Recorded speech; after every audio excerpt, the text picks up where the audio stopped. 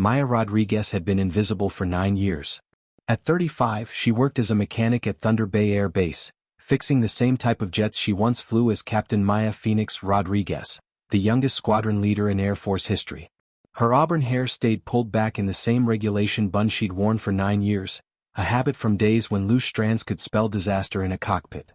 Her green eyes, once sharp as morning frost, now avoided contact with those who saw her as nothing more than another wrench-turner in faded coveralls.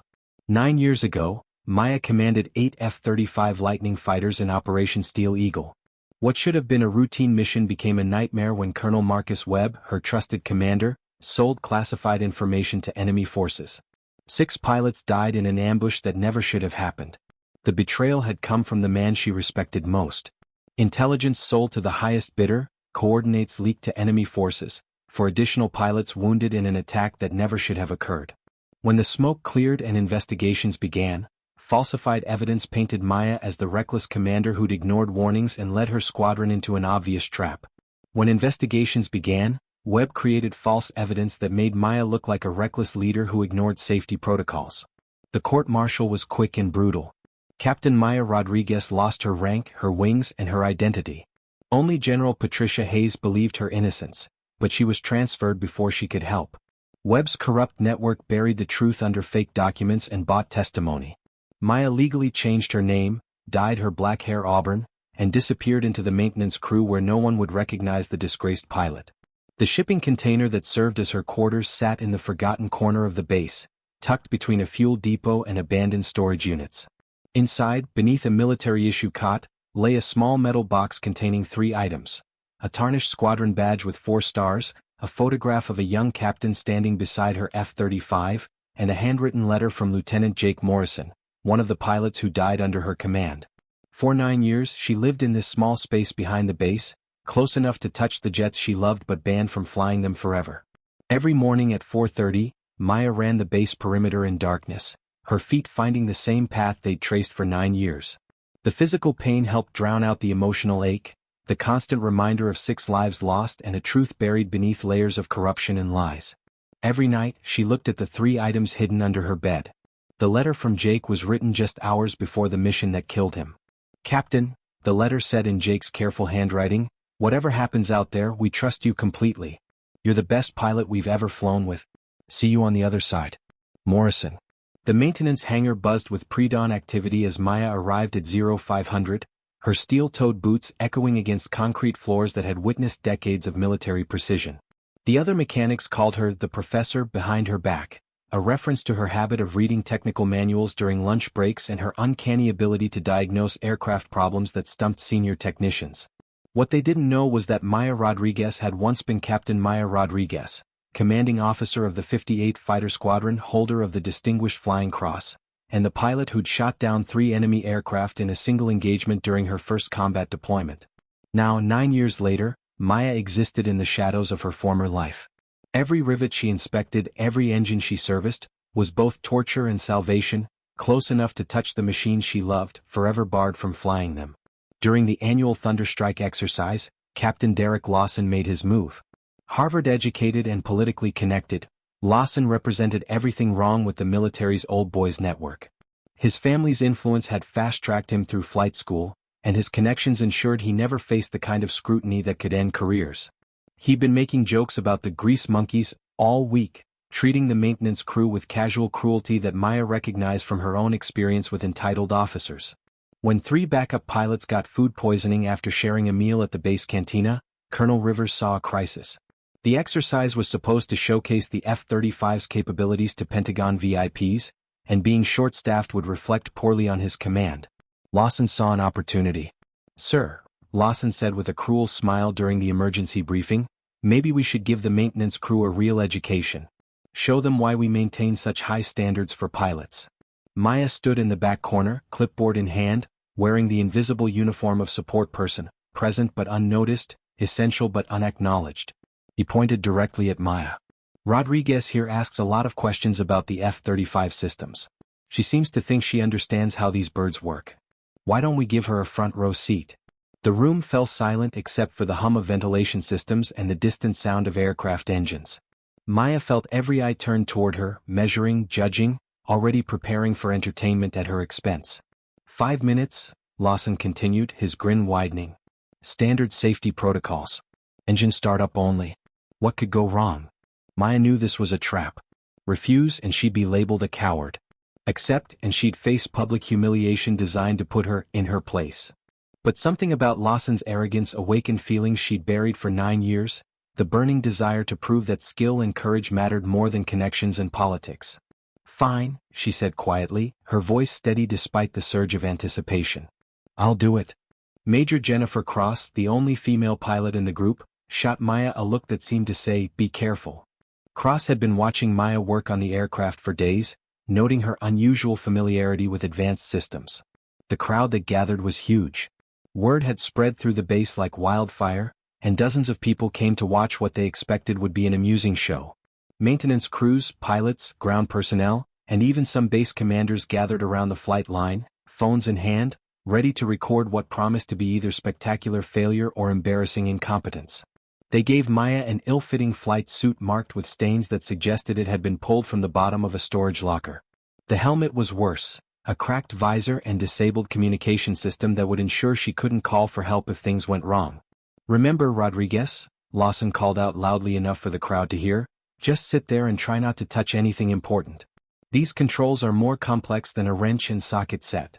Laughter rippled through the group of pilots, the easy camaraderie of those who saw themselves as superior to everyone else.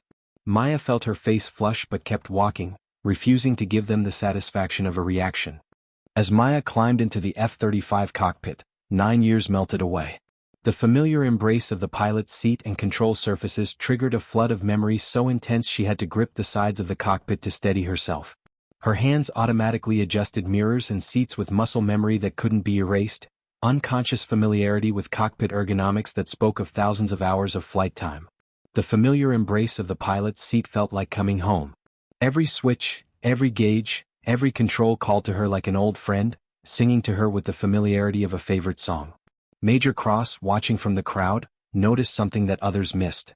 Maya's hands weren't shaking with nervousness, they were shaking with restraint. The way she'd moved through the pre-flight checks, the automatic adjustment of mirrors and seats, the unconscious familiarity with cockpit ergonomics, it all pointed to experience far beyond what any maintenance technician should possess. Lawson's voice cut through the crowd's laughter. Remember, Rodriguez, just sit there and try not to touch anything important. These controls are more complex than a wrench. But Maya barely heard him. Her eyes scanned the instrument panel with automatic precision, noting the differences between this cockpit and the fighters she'd once commanded, but recognizing the fundamental similarities that connected all military aircraft. Her hands hovered over the startup sequence, trembling not with fear but with the effort of maintaining her cover. In her chest pocket, she carried the tarnished squadron badge with 4 stars, a reminder of 6 pilots who'd trusted her with their lives and paid the ultimate price for Webb's betrayal. The moment of truth had arrived. What happened next shocked everyone. Maya's finger moved toward the engine start button as the crowd's mockery faded to white noise. She could sit there passively, let Lawson have his show and retreat back to the safety of anonymity. Or she could honor the memory of those who died by showing this crowd what real skill looked like. The choice, when it came, surprised even her. Her training and instincts had been suppressed for 9 years, but they'd never been broken. Maya's engine startup was flawless, 47 checks completed in 90 seconds, half the time most pilots needed. What should have been a hesitant amateur startup sequence instead unfolded with surgical accuracy. Each system activated in perfect order, the twin engines spinning up to operational speed with the smoothness of absolute expertise. Thunder Bay Tower, Maya's voice emerged clear and professional through the radio she'd manually activated, Griffin X-Ray 7 requesting engine start clearance. The air traffic controller, a young airman who'd only heard stories about perfect radio procedures, stammered his response. Griffin, X-Ray 7, you're not authorized for. Colonel Rivers's voice cut through on the command frequency, sharp with authority and growing alarm. Who the hell authorized this? Get her out of that aircraft immediately. But Maya had already released the parking brake, the F-35 rolling forward with deliberate purpose. The crowd scattered as jet wash kicked up dust and debris, their phones still recording but their mockery silenced by the undeniable reality unfolding before them. Her radio work was crisp and professional. When she released the parking brake and lifted off, the F-35 rose like it was dancing, transitioning from ground operations to flight mode in one fluid motion that required perfect coordination of throttle, stick, and rudder pedals. "Jesus Christ," whispered one of the maintenance crew, "she's actually flying it." Lawson's face cycled through confusion, anger, and something approaching fear. "She's going to crash," he announced to anyone who would listen. "Maintenance techs don't have the training for this. Someone has to stop her before she kills herself." But Maya had different plans. She pushed the F-35 into a vertical climb, testing its limits while the crowd below watched in stunned silence. At 5,000 feet, she executed a perfect hammerhead turn, the aircraft pivoting on its axis before diving back toward Earth. The recovery was textbook, pulling out at exactly 1,000 feet with G-forces that would have grayed out lesser pilots. The exercise called for a combat search and rescue mission: locate downed pilot in hostile territory, extract under fire, return to base. The current record was 28 minutes, held by Lawson himself from the previous year. Maya covered the 20 miles to the exercise area in 4 minutes, half the time of the fastest recorded approach. The simulated hostile territory lay spread below her like a deadly maze of canyons and valleys designed to test pilot navigation and tactical skills. What followed was a masterclass in tactical aviation. She dove into the canyon system at 200 feet, using terrain masking to break simulated missile locks while maintaining speeds that turned the narrow passages into a blur. Her flight path traced impossible geometries through the air, each maneuver calculated to minimize exposure while maximizing progress toward the objective. In the control bunker, exercise directors watched their screens in disbelief. The automated defense systems, programmed to simulate enemy surface-to-air missiles, couldn't maintain locks on Maya's F-35 as she danced through their targeting parameters with supernatural precision. "Who the hell is flying that bird?" demanded the exercise controller, a veteran pilot himself who'd never seen maneuvering of this caliber. Colonel Rivers, monitoring from the command center, felt his career flashing before his eyes. "It's a maintenance technician," he said weakly. "She's not even qualified to taxi an aircraft." The rescue beacon, typically requiring 15 to 20 minutes to locate, was found in 3 minutes. Maya's systematic search pattern covered maximum ground with minimum redundancy, demonstrating tactical awareness that came from real combat experience, not simulation training. The simulated extraction under fire pushed both pilot and aircraft to their limits. Hovering in a box canyon while automated systems fired simulated rounds, Maya made constant micro-adjustments to avoid predetermined hit zones. She completed the sequence flawlessly, her movements anticipating targeting patterns as if she'd programmed them herself. The return flight showcased pure speed, the F-35 screaming across the desert at velocities that had maintenance crews checking their instruments for malfunction. Maya completed the entire exercise in 19 minutes. 8 minutes faster than the previous record. 9 minutes faster than any recorded time in the exercise's history. As Maya climbed down from the aircraft, the crowd stood in absolute silence. She walked through them with quiet dignity, heading for her maintenance locker like nothing had happened. Around her, 500 people stared in absolute silence as the F-35 touched down with the gentleness of a butterfly landing on a flower, exactly centered on the pad it had departed from. The borrowed flight suit still hung wrong, the cracked helmet tucked under her arm like an afterthought. She walked through the crowd that parted before her, heading not for glory but toward her maintenance locker. That's when the convoy of black SUVs arrived, racing toward the flight line with emergency lights flashing, military police escorts clearing the path. Someone with serious authority was coming, and Maya felt a chill of recognition as she saw the 3-star flag on the lead vehicle. General Patricia Hayes stepped out, her 3-star flag announcing her authority. The convoy screeched to a halt and Hayes stepped out of the lead SUV, her presence commanding instant attention, back straightening, salutes snapping into place. She looked across the silent crowd until her eyes found Maya. "Captain," she said, her voice carrying like thunder across the silent tarmac. Maya stopped, turned, and for the first time in 9 years, rendered a perfect salute. "General Hayes, sir." Hayes crossed to her with measured steps, each one heavy with the weight of a decade's guilt. "Colonel Rivers, do you know who this woman is?" Rivers stammered, his response uncertain. "She's a maintenance technician, General. Level 2 certified for." "No." Hayes's interruption was sharp as a blade. "This is Captain Maya Rodriguez, the only survivor of Operation Steel Eagle. The pilot who was tortured for 48 hours without breaking. The officer who eliminated 15 hostiles and rescued 3 wounded airmen while injured herself." The revelation hit the crowd like a physical force. Phones that had been recording humiliation now captured transformation. Maya stood at attention, her face betraying nothing while her world shifted beneath her feet. Hayes continued, her voice growing stronger with each word. 9 years ago she was betrayed by Colonel Marcus Webb, who sold classified information to enemy forces. 6 pilots died because of his treason. Captain Rodriguez was blamed on falsified evidence, court-martialed on manufactured testimony, stripped of everything she'd earned through blood and dedication. Lawson's knees buckled, forcing him to catch himself against the F-35's landing gear. Cross stepped backward until she hit the hangar wall, her face draining of color. The crowd stood frozen, processing the complete inversion of their worldview. Webb confessed before his death 2 years ago, Hayes announced. Every charge against Captain Rodriguez was fabricated. Every piece of evidence was manufactured. Every testimony was coerced or bought. She was innocent of everything except trusting the wrong person. The general pulled an envelope from her jacket, heavy with official seals. I carry presidential orders for your full restoration, Captain. Promotion to major with back pay. Command of the newest F-35 squadron. Your choice of posting. The silence stretched, broken only by the distant sound of jet engines on patrol. Every eye fixed on Maya, waiting for her response to this reversal of fortune 9 years in the making. Maya looked at the envelope in General Hayes's outstretched hand for a long moment, her green eyes reflecting the afternoon sun. The crowd pressed closer, phones recording every second of what they sensed was a pivotal moment. This was the vindication she'd dreamed about for 9 years, complete restoration, promotion, command of her own squadron. When she finally spoke, her voice carried the quiet strength of someone who'd found peace in the deepest valleys of defeat. Thank you, General, but I don't need that anymore. The refusal sent shocked murmurs through the crowd. She stepped forward, removing the borrowed flight suit to reveal her faded maintenance coveralls beneath. With careful precision, she folded the suit and handed it to Lawson, who remained on his knees beside the aircraft. Keep this, Captain, she said quietly. You'll need it more than I will.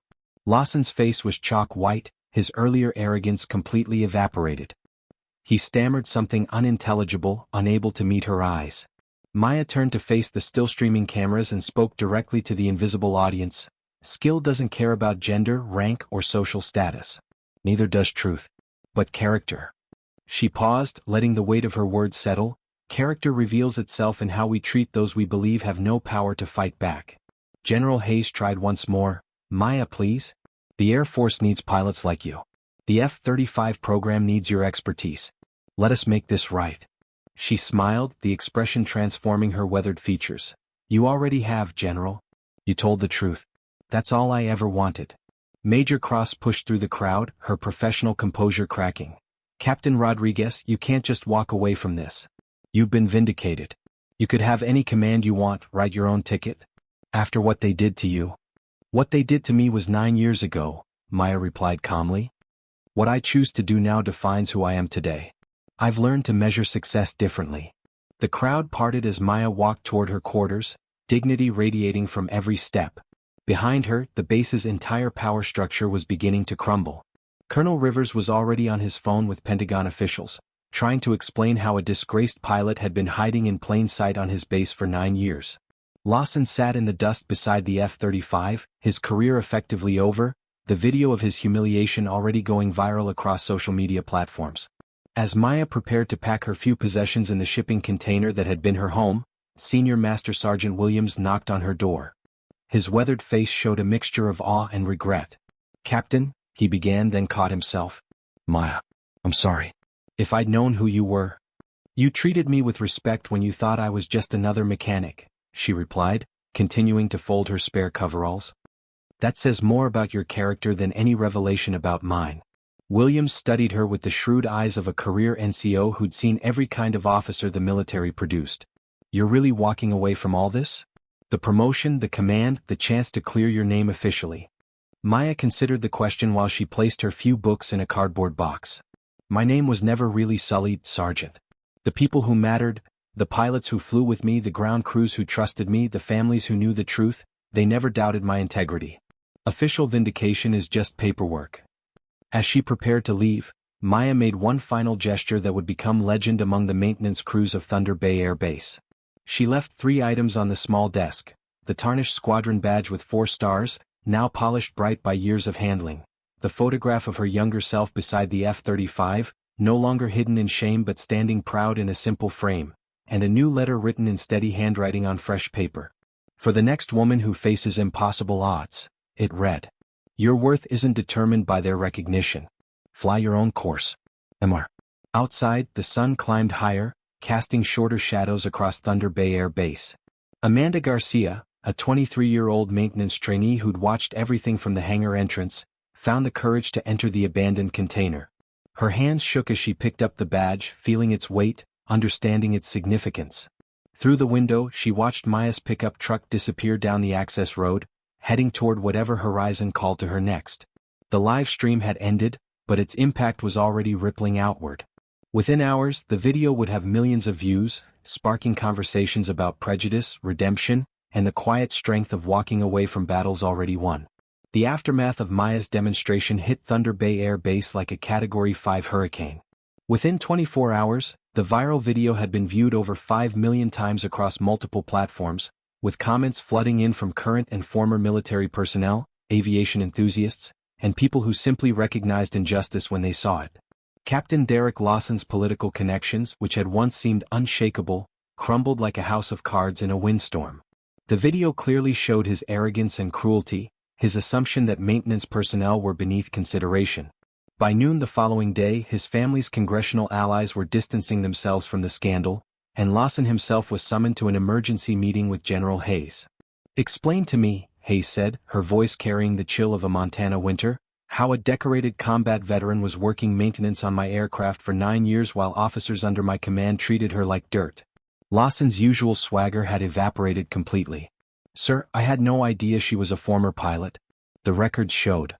The records showed exactly what they were supposed to show, Hayes interrupted. Captain Rodriguez changed her identity legally to protect herself from further persecution.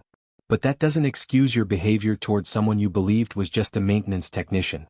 Colonel Rivers, summoned to the same meeting, looked like a man facing his own execution. His career had been built on political maneuvering rather than leadership, and the viral video had exposed every weakness in his command structure. Sir, Rivers began weakly, we had no protocols in place for treating people with basic human dignity?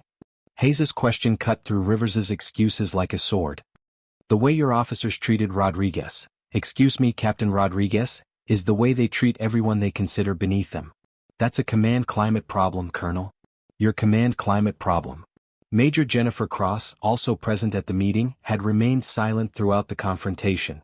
Unlike Lawson and Rivers, she was analyzing the situation with the tactical awareness that had made her an effective pilot. She understood that this scandal would reshape careers and reputations across the entire Air Force. General, she said carefully, what can we do to make this right? Beyond the official vindication, I mean. Hayes studied her with approval. That's the right question, Major. Captain Rodriguez chose to walk away from reinstatement, but the Air Force still owes her and everyone like her real change. The ripple effects were already beginning.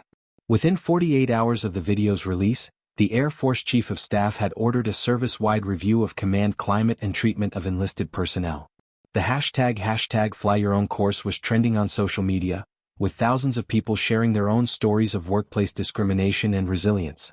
Meanwhile, investigative journalists were digging into the original court-martial that had destroyed Maya's career. Marcus Webb's confession, buried in classified files for 2 years, was slowly being declassified under pressure from congressional oversight committees. Lawson's resignation came on Thursday morning, delivered in a brief typed statement that admitted no wrongdoing but cited personal reasons for his departure from military service. His family's political machine worked overtime to spin the story, but public opinion had already turned decisively against him. Colonel Rivers's fate was sealed when the Pentagon investigation uncovered a pattern of discrimination complaints that had been buried or ignored during his tenure at Thunder Bay. His removal came with a recommendation for court-martial on charges of conduct unbecoming an officer. But perhaps the most significant change came from an unexpected source. General Hayes, haunted by her failure to protect Maya 9 years earlier, announced the establishment of the Rodriguez Foundation, a non-profit organization dedicated to supporting military personnel who faced retaliation for reporting misconduct. Too many good people have been destroyed by systems that protect the powerful at the expense of the righteous, Hayes announced at a press conference. The Rodriguez Foundation will ensure that no one faces what Captain Rodriguez endured alone. 6 months after the hearing, Maya stood on a windswept plateau in Montana, watching the sun rise over the Rocky Mountains. The small airfield below her was busy with morning activity, student pilots preparing for lessons, mechanics performing pre-flight inspections, instructors reviewing flight plans with nervous beginners. The Rodriguez Aviation Academy had grown beyond her wildest expectations. What had started as a simple flight school for military veterans had evolved into something much larger. A place where competence mattered more than connections, where skill was valued over politics, where people who had been written off by others could discover their true potential. Maya's phone buzzed with a text from Amanda Garcia, the young woman who had found her letter at Thunder Bay. Amanda was now the Academy's chief maintenance instructor, having parlayed her experience at Thunder Bay into a position where she could teach others that technical expertise deserved the same respect as any other skill. Graduation ceremony this afternoon, the text read. 28 new pilots, including 7 who were told they weren't pilot material by traditional programs. You should be proud. Maya smiled as she pocketed the phone. The Academy's success wasn't measured in profit margins or political influence, but in the quiet satisfaction of watching people exceed others' expectations of them. Former enlisted personnel who had been dismissed as just mechanics were now flying commercial aircraft. Women who had been told they lacked the right stuff were breaking barriers in aviation careers. The Academy had become a magnet for people who didn't fit traditional molds. Veterans struggling with PTSD found purpose in teaching flight safety. Former military officers who had been forced out for reporting misconduct discovered new careers in aviation instruction. Maya had created something that the traditional military couldn't, a true meritocracy. General Hayes visited regularly, using her influence to direct qualified candidates toward the Academy and helping to secure contracts for pilot training programs. The foundation she had established in Maya's honor had grown into a powerful force for military justice reform, with offices in 15 cities and a legal staff dedicated to protecting whistleblowers. The viral video from Thunder Bay had faded from social media prominence, but its impact continued to reverberate through military culture. The hashtag Fly Your Own Course had become a rallying cry for people facing discrimination or injustice, a reminder that true victory sometimes meant walking away from systems designed to diminish you. Derek Lawson had been court-martialed and dishonorably discharged, his family's political connections finally exhausted by the weight of public outrage. He now worked at a car dealership in Ohio, his military career a cautionary tale told in leadership seminars across the armed forces. Colonel Rivers had faced similar justice, stripped of rank and pension for his role in enabling discriminatory command climates. The Pentagon had used his case as an example of how not to lead, implementing new training programs focused on inclusive leadership and ethical decision-making. But for Maya, the most meaningful changes were personal. She had learned to forgive, not because the people who wronged her deserved it, but because carrying anger was too heavy a burden for someone trying to fly. As she prepared for the day's first flight lesson, Maya reflected on the journey that had brought her here. 9 years of exile had taught her that identity couldn't be stripped away by others, that competence spoke louder than rank, that integrity was its own reward. The student pilot arriving for his lesson was a former Army mechanic named Carlos Martinez, told by 3 different flight schools that he lacked the aptitude for aviation. Maya had reviewed his application personally, recognizing something familiar in his story, the quiet determination of someone who refused to accept others' limitations. "Ready for your solo flight, Carlos?" she asked as they walked toward the training aircraft. His grin was infectious. "Ma'am, I've been ready for this my whole life. Just took a while to find the right place to prove it." As they climbed into the cockpit, Maya felt the familiar peace that came with being exactly where she belonged. The instrument panel before them wasn't the cutting-edge technology of the F-35, but it represented something more valuable. Opportunity without prejudice, advancement based on merit, respect earned through competence rather than connections. "Remember," she told Carlos as he went through his pre-flight checklist, "flying isn't about impressing anyone else. It's about understanding that the sky doesn't care about your background, your gender, or your social status. It only cares about your skill and your courage."